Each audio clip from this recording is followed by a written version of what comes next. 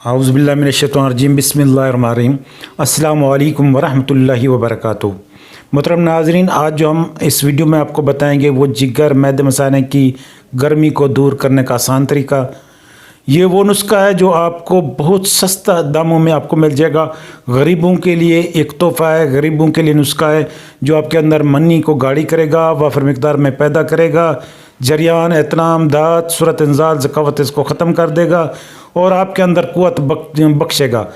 नुस्खा बिल्कुल आसान है। छिलका इसबगोल 20 ग्राम आपने लेना है, तुखम रिहान 50 ग्राम ये ले लेना है, ताल मखाना ये भी आपने 50 ग्राम लेना है। और अगली जो चीज़ है वो गोंद कतीरा है, ये आपने 5 ग्राम लेना है।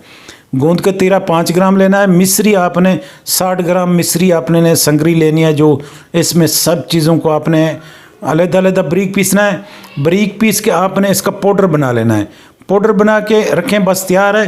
फिर इसकी जो तरीका इस्तेमाल है वो तो 1 चम्मच सुबह, 1 शाम खाना खाने से पहले, यानी कि पानी के साथ इस्तेमाल करें, और जिससे जिगर मैदा मसाने की गर्मी दूर हो जाएगी और आपके अंदर जो अगर कॉन्स्टिपेशन कब्ज़ वगैरह है वो ख़त्म हो जाएगी।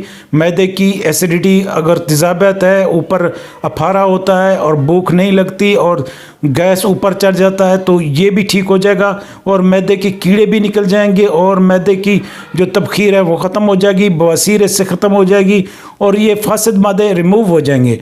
ये फ्री रेडिकल्स को रिमूव करके आपके अंदर न्यू ताकत ले आएगा, आपके अंदर मसाने की कमज़ोरी दूर करेगा, आपके पेशाब जो कतरा कतरा टपकता है वो भी ख़त्म हो जाएगा। जो ड्राप्स आते हैं जरियान के, वो जरियान के लिए कमाल की चीज़ है। इसको बनाए इस्तेमाल में रखें, हमें दुआओं में याद रखना। नेक्स्ट वीडियो तो हमें इजाज़त दें। अल्लाह हाफ़िज़। मिलते हैं कल इसी तरह की एक न्यू वीडियो के साथ।